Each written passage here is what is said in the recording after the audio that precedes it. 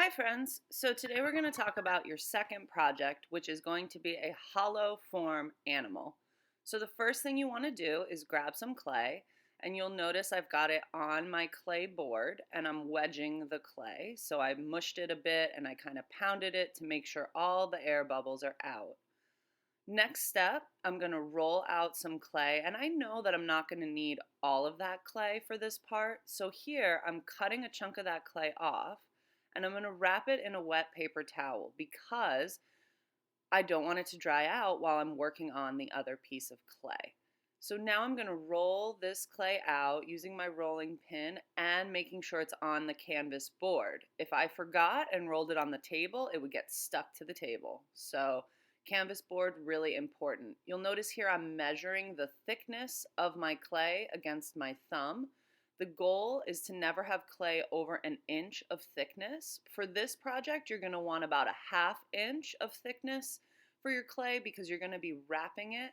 And then you'll notice I've just added some water to both sides, and I'm really smoothing out both sides before the next step.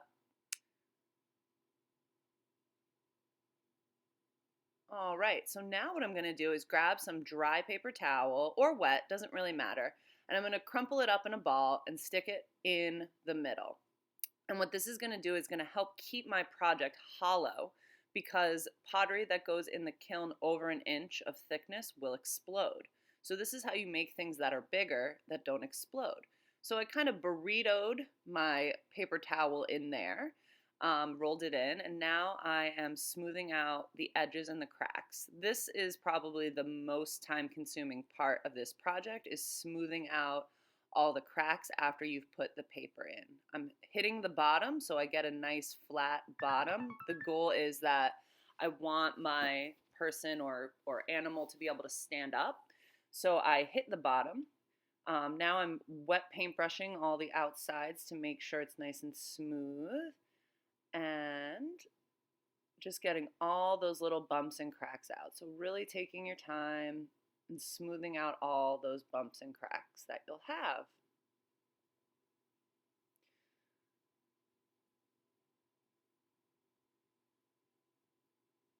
And you'll notice I've sealed up the bottom of this little burrito, but I've left the top open. And there's a reason for that because I'm going to be attaching a head in a minute.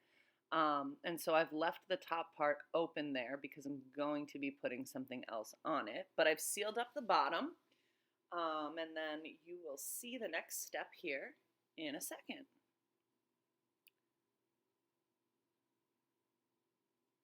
So I'm tapping it again to make sure it stands up and has a flat bottom there.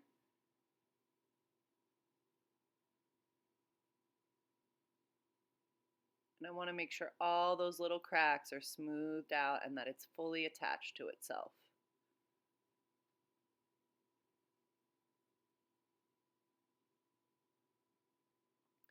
So next thing I want to do is I want to attach a head ball to my body. So I've made this ball. It has paper inside of it and it was fully sealed. And now what I'm doing is cutting a piece of that ball off and noticing that I can see the paper inside. Now what I'm going to do is I'm going to attach the head ball to the body ball. And so what you want to do is kind of lay it down like that. You want to make sure that you've scratched your edges. So whenever attaching two pieces of clay, it's really important that you scratch and wet the edges. It's called slip and score. And then I put the head on, making sure that the hole lines up with the hole in the body. Because what's going to happen in the kiln is all of the paper is actually going to burn out. So you need to make sure that the hole from the head is attached to the hole from the body. And you'll see now I'm smoothing out kind of this neck area here to make sure that it's attached. But I'm going to do one extra thing because I know that it's kind of a thin area of an attachment. So I'm going to roll out a coil, which is kind of like a little snake of clay. So you'll see I'm rolling that out right next to it. And then I'm going to scratch around his neck and I'm going to wet it and I'm going to put this coil around the neck, kind of like a scarf. and then I'm going to smooth it in. And what that's going to do is just give some extra added support to the neck so that the head doesn't fall off. So you'll see now I'm going to scratch up that area where I'm going to attach the new piece of clay. I'm going to wet that area, and then I'm going to smooth and put this little scarf around him, and then I'm going to smooth that out so it's one piece. So the goal is not to see the little coil once you're finished. Now, of course, you can make any type of animal for your project. You might make an animal that stands on 4 legs, like a cat or a dog. So it's really up to you what kind of creature you want to make for this project. The goal is just that you can do the hollow form successfully. So using the paper inside and creating a hollow project. Now, whatever animal or creature you choose to make, that'll be up to you. And I will show you some really, really cool ones in the classroom so you can see some examples of what kids have done in the past. But this is really a great project to get you started learning how to use clay. So now it's all kind of sealed up in there. I've got sort of a body and a head, and now I can add other details to that.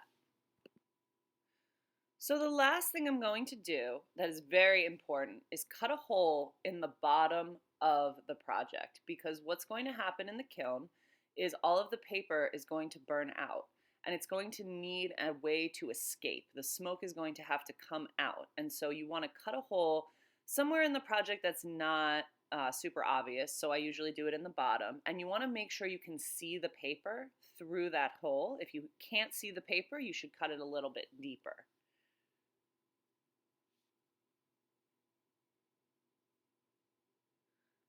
So the next thing you'll see I'm doing here is I'm going to make some arms for my person. So one good tip if you're making arms and legs is to roll out a nice coil and use the exact same coil and cut it into different pieces so that you have a similar thickness for your arms and legs. Now remember, we can't go over an inch of thickness ever because it will explode. So this is about a ½ inch thick. See, I'm measuring it to my thumb, so that seems just fine. And then I'm going to smooth it out with my wet paintbrush.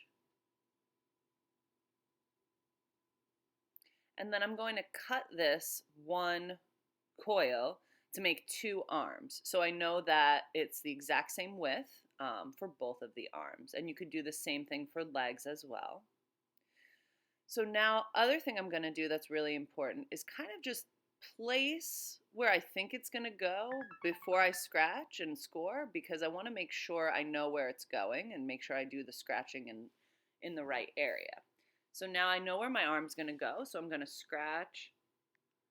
I'm going to scratch the arm now, and I scratched the body, and then I'm putting some water, as you can see, in between.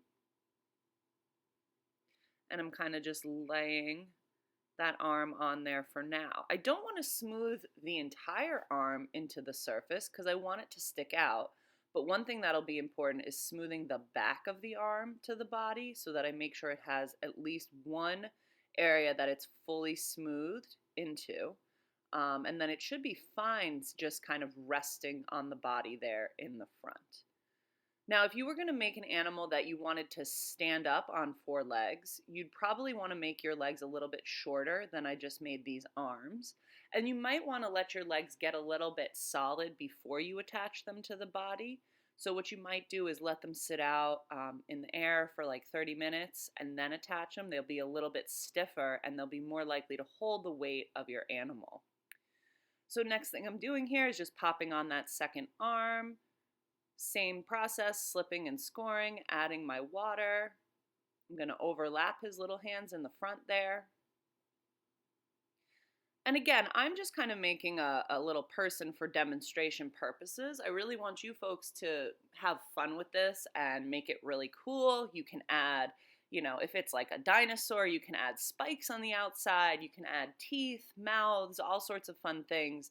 And again, I'm going to show you some really great examples in the classroom before you get started. So you'll have some inspiration.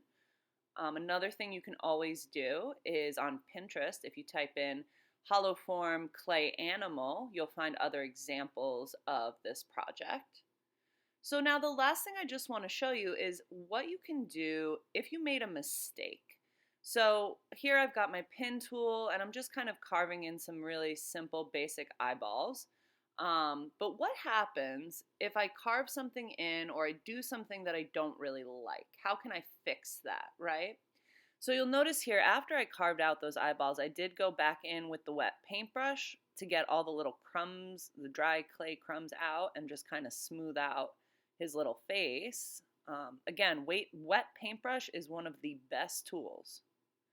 So what I'm going to do now is just kind of give him a little smiley face. But what if I realize, like, oops, I didn't mean to do that. Maybe I don't like that. I want to do something different.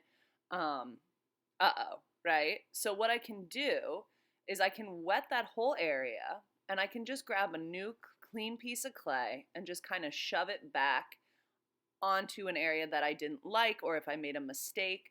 And then I can easily just carve right on top of that, or I can add more stuff on top of that.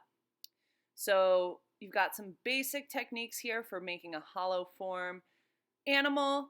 And I hope you have a really good time with it and fly with it and make something that's really, really cool.